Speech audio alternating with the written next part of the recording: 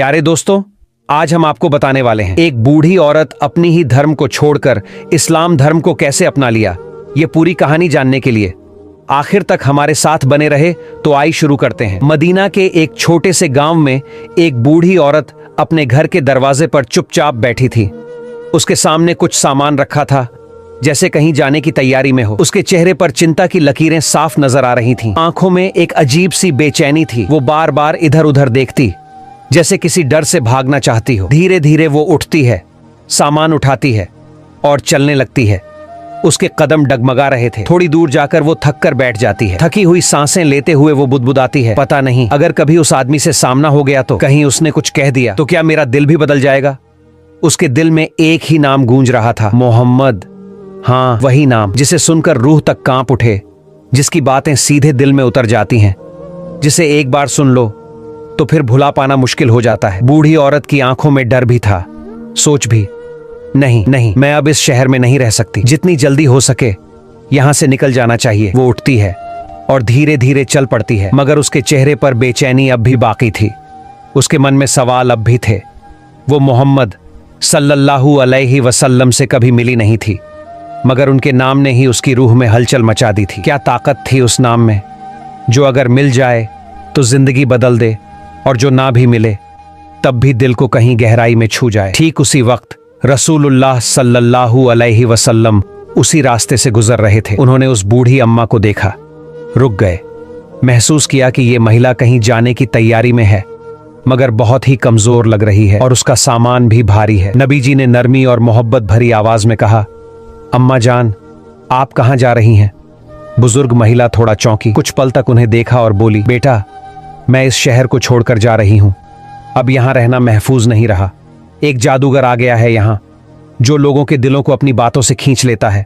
मैं नहीं चाहती कि मेरे साथ भी वही हो। नबी सल्लल्लाहु अलैहि वसल्लम ने सिर झुकाया, शांत होकर उसकी हर बात को ध्यान से सुना। फिर बहुत सुकून भरे लहजे में बोले, अम्मा जान, क्या मैं आपकी मदद कर सकता हूं? आपका सामान तो काफी भारी लग रहा है। बुजुर्ग महिला कुछ पल उन्हें देखती रह गई, मन में सोचने लगी, कैसा है ये नौजवान, आजकल कौन किसी की इतनी फिक्र करता है। थोड़ी देर सोचकर बोली, बेटा, अगर तू मेरा ये सामान सिर पर रखवा दे तो मेरी बड़ी मदद हो जाएगी। नबी जी मुस्कुराए, आगे बढ़े और सामान उठाने लगे। वाकई सामान बहुत भारी था।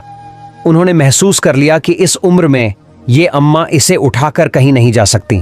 बहुत नरमी से बोले, अम्मा जान, आपका बोझ तो वाकई भारी है और आप भी अब बुजुर्ग हो चुकी हैं। अगर आप इजाजत दें तो क्या मैं आपको आपके ठिकाने तक पहुंचा दूं? इस बार बुजुर्ग महिला बिल्कुल हैरान रह गई। इतना शरीफ, इतना रहमदिल लड़का। वो कुछ देर चुप रही, फिर गहरी सांस लेकर बोली, बेटा, इससे बढ़कर और क्या मेहरबानी हो सकती है। तब अल्लाह के रसूल सल्लल्लाहु अलैहि वसल्लम ने वो भारी बोझ अपने कंधे पर उठा लिया और धीरे धीरे उस महिला के साथ चलने लगे। बुजुर्ग महिला थकी हुई थी, हाँफ रही थी, मगर बातों का सिलसिला चल रहा था। चलते चलते उसने नबी जी की तरफ देखा और बोली, बेटा, मैं तुझे एक बात बताती हूं। अगर तू समझदार है तो इस शहर को छोड़ दे। यहां एक बहुत खतरनाक जादूगर आ गया है। उसका नाम है मोहम्मद। वो कहता है कि वो नबी है, हमारे देवताओं के बारे में झूठ बोलता है और लोगों को गुमराह करता है। नबी जी चुपचाप सुनते रहे, कोई जवाब नहीं दिया, चेहरे पर सुकून ही सुकून। थोड़ी देर बाद महिला फिर बोली, उसकी बातों में ऐसा जादू है कि जो एक बार सुन ले वो उसी का होकर रह जाता है। ना जाने कितने लोग उसके जाल में फंस चुके हैं। उसने अफसोस भरे लहजे में सिर हिलाया, जैसे किसी बहुत बड़े खतरे से आगाह कर रही हो। नबी जी अब भी चुप थे, एक भी लफ्ज नहीं बोले। महिला अब थोड़ा संजीदा होकर बोली, बेटा, मैंने सारी जिंदगी अपने देवताओं की पूजा की है। मैं नहीं चाहती कि इस उम्र में मेरा ईमान डगमगाए। मेरे पुरखों ने जैसी जिंदगी बिताई, मैं भी वैसे ही जीना चाहती हूँ। मोहम्मद की बातों में आकर भटकना नहीं चाहती। मैं तुझे भी समझा रही हूँ बेटा, उससे दूर रहना। पूरे रास्ते भर वो बुजुर्ग महिला उस नौजवान को बस एक ही बात समझाती रही। मोहम्मद नाम का एक आदमी आया है इस शहर में। वो कहता है कि वो नबी है और क्या क्या नहीं बोलता। हमारे पूर्वजों के पूज्य देवताओं को झूठा कहता है, लोगों को बरगलाता है। उसके पास कोई जादू है लगता है, जो एक बार उसकी बात सुन ले वही उसका हो जाता है। वो अम्मा कुछ इसी तरह की बातें करती जा रही थी। बेटा, उससे दूर रहना, बहुत चालाक है वो, ना जाने कितनों को बहका चुका है। लेकिन वो नौजवान कुछ नहीं बोला, बस चुपचाप सिर झुकाए बुजुर्ग महिला का बोझ अपने कंधे पर उठाए धीरे धीरे चलता रहा, मानो उसने कुछ सुना ही नहीं हो। लंबे सफर के बाद वो दोनों मंजिल तक पहुंच गए। नौजवान ने धीरे से अम्मा का सामान नीचे रखा, इतनी सावधानी से कि कहीं उन्हें कोई तकलीफ ना हो। फिर वो चुपचाप वापस मुड़ने लगा। अम्मा हैरान रह गईं। बेटा, एक बात तो बता, तू है कौन? तूने तो अपना नाम भी नहीं बताया। इतना बोझ उठाया, इतनी मदद की, मैं तो सबको बताऊंगी कि आज मुझे रास्ते में एक फरिश्ता मिला था। नौजवान हल्के से मुस्कुराया। अम्मा, नाम जानकर क्या करोगी? आपका काम तो हो गया, यही काफी है। पर अम्मा जिद पर अड़ गईं। नहीं बेटा, मैं जानना चाहती हूँ। तू इतना अच्छा, इतना शरीफ, इतना विनम्र है, मुझे तेरा नाम जरूर जानना है। नौजवान कुछ पल के लिए चुप रहा, फिर बहुत नरम आवाज में बोला, अम्मा, जिसे आप पूरे रास्ते गालियां दे रही थीं, जिसे आप जादूगर, झूठा, बहकाने वाला कह रही थीं, मैं वही हूँ, मैं मोहम्मद हूँ। बुजुर्ग महिला जैसे सुन्न पड़ गईं, उनके होंठ कांपने लगे, आंखें फैल गईं, गला सूख गया। तुम ही मोहम्मद हो? रसूलुल्लाह सल्लल्लाहु अलैहि वसल्लम ने मुस्कुराकर सिर झुका दिया। हाँ अम्मा, मैं ही मोहम्मद हूँ। अम्मा की पूरी दुनिया जैसे थम गई। उन्हें याद आने लगा कैसे उन्होंने उन्हें अपमानित किया, क्या क्या नहीं कहा। और वो इंसान बिना एक भी जवाब दिए, बिना किसी शिकवा के, बस उनका बोझ उठाता रहा, हर बात चुपचाप सुनता रहा। अम्मा की आंखों से गर्म आंसू बहने लगे। जिससे डरती थीं, जिसके बारे में बुरा बुरा कहती रहीं, वो ही सबसे बड़ा रहमदिल इंसान निकला। अब वो और खड़ी नहीं रह सकीं। कांपते हुए रसूलुल्लाह सल्लल्लाहु अलैहि वसल्लम के पास झुक गईं। अपने दोनों हाथ उनके पैरों पर रखकर फूट फूट कर रोने लगीं। मैंने पूरे रास्ते तुम्हें गालियां दी, तुम्हारा अपमान किया, और तुमने एक बार भी कुछ नहीं कहा, बल्कि उल्टा मेरी मदद की, मेरा बोझ उठाया। क्या मुझे नहीं समझ जाना चाहिए था कि सच्चा महान इंसान ऐसा ही होता है? रसूलुल्लाह सल्लल्लाहु अलैहि वसल्लम ने बड़ी नम्रता से कहा, अम्मा, आपने जो कहा आप तो नहीं जानती थीं। जो नहीं जानता,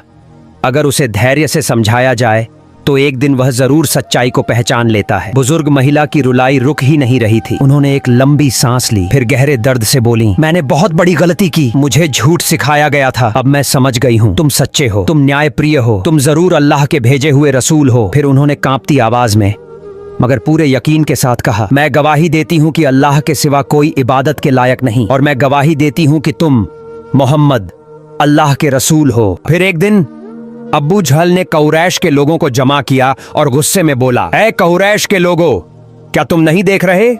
मोहम्मद हमारा दीन छोड़ चुका है, हमारे देवताओं को गालियां देता है, हमारे बाप दादाओं की बुराई करता है। इसलिए मैं आज इन देवताओं के सामने ये कसम खाकर कहता हूं, कल मैं एक बड़ा सा पत्थर लेकर आऊंगा, और जैसे ही मोहम्मद सजदे में जाएगा, मैं उसका सिर उस पत्थर से ऐसा कुचलूंगा कि उसका सिर टुकड़े टुकड़े हो जाए। उसने कहा, अगर तुम मेरा साथ देना चाहो तो दो, और अगर मुझे दुश्मनों के हवाले भी करना चाहो तो कर दो। बाद में बनु हाशिम मेरा जो चाहे कर ले। ये सुनकर कुरैश के सरदारों ने अब्बू जहल से कहा, हम तेरे साथ हैं, हम तुझे धोखा नहीं देंगे, तू बेफिक्र होकर मोहम्मद सल्लल्लाहु अलैहि वसल्लम को खत्म कर डाल। अगले दिन अब्बू जहल एक बहुत भारी पत्थर लेकर आया। उसके इरादे खतरनाक थे, वो बस मौके की तलाश में था। इधर प्यारे नबी सल्लल्लाहु अलैहि वसल्लम काबा के करीब आए और नमाज पढ़ने के लिए खड़े हो गए। दूसरी तरफ कुरैश के सरदार अपने घरों में बैठे ये इंतजार कर रहे थे कि अब कोई आए और उन्हें ये खबर दे कि मोहम्मद सल्लल्लाहु अलैहि वसल्लम अब इस दुनिया में नहीं रहे। जैसे ही प्यारे नबी सल्लल्लाहु अलैहि वसल्लम सजदे में गए, अब्बू जहल ने मौका देखकर पत्थर उठाया और धीरे धीरे नबी सल्लल्लाहु अलैहि वसल्लम की तरफ बढ़ने लगा। लेकिन जैसे ही वो बिल्कुल पास पहुंचा, अचानक उसकी हालत बदलने लगी। वो जोर जोर से कांपने लगा, उसका चेहरा डर से पीला पड़ गया। उसका हाथ जिस पत्थर को उठाए था वो वहीं जम गया। वो हिल भी नहीं पा रहा था। डर के मारे वो उल्टा भागा और दूर जाकर खड़ा हो गया। कुरैश के लोग हैरान होकर उसके पास दौड़ते हुए आए और बोले, अब्बू जहल, ये क्या हुआ? तू पीछे क्यों लौट आया? अब्बू जहल की आवाज कांप रही थी। वो बोला, मैं जैसे ही मोहम्मद के पास पहुंचा, मेरे सामने एक बहुत बड़ा ऊंट खड़ा हो गया। मैंने अपनी जिंदगी में इतना भयानक ऊंट कभी नहीं देखा।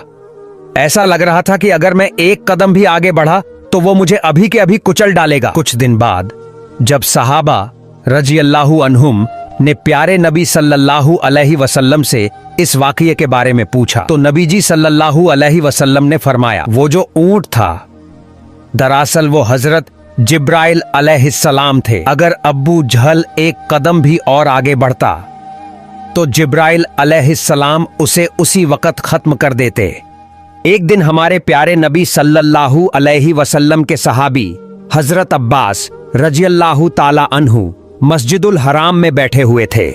उसी वक्त अब्बू जहल वहां आ पहुंचा। उसने गुस्से में कहा, मैं अल्लाह की कसम खाकर कहता हूं, अगर मैंने मोहम्मद सल्लल्लाहु अलैहि वसल्लम को सजदा करते देख लिया तो मैं उनका सिर धड़ से अलग कर दूंगा।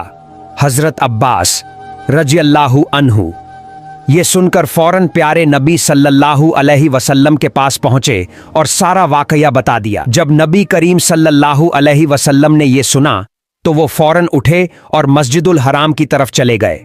वहां पहुंचकर उन्होंने सूरह अलक की आयतें तिलावत करना शुरू की। जब वो उस आयत पर पहुंचे जहां सजदा है तो उसी वक्त सजदे में गिर गए।